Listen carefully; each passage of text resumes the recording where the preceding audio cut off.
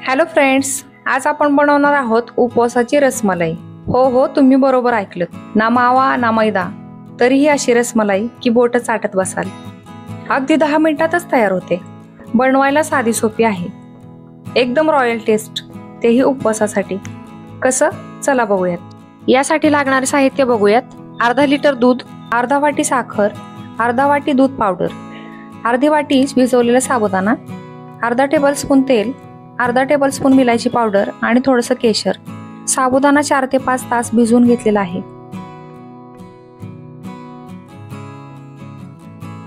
सर्वप्रथम मिक्सरच्या भांड्यात साबुदाणा घालूयात।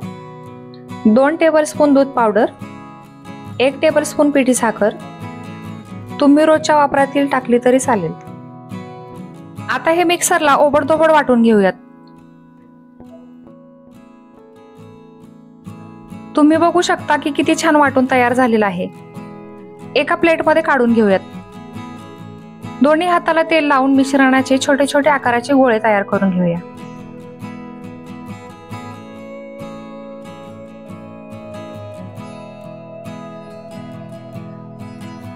इथे आपले गोळे तयार करून झालेले आहेत। आता गॅसवर भांडं ठेवूयात। त्यात अर्धा लिटर दूध घालायचंय। यानंतर 2 टेबलस्पून दूध पावडर ऍड केली। तुम्हाला दूध पावडर घालायची नसेल तर दूध चांगलं घट्ट होईपर्यंत आटवून घ्यायचंय।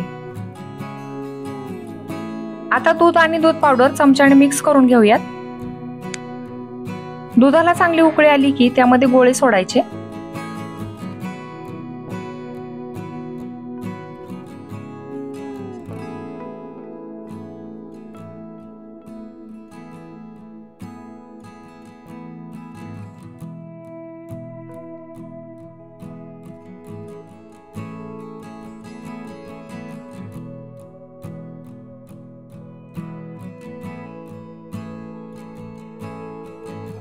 कलर येण्यासाठी थोडेसे केशर घातले।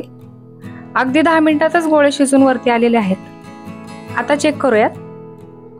हे बघा किती सॉफ्ट झालेले आहेत। यानंतर 2 टेबलस्पून साखर ऍड केली।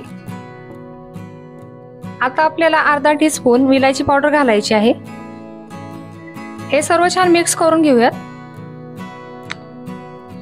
गोळे शिजल्यानंतर साखर ऍड करायची, नाहीतर गोळे हे चिवट आणि वातड होतात। दुधावर तरंगतायत याचा अर्थ चांगले शिजलेले आहेत। आणि तयार आहे उपवासाची रसमलाई। तुम्ही असेच गरम किंवा फ्रीज मध्ये थंड करून खाऊ शकता।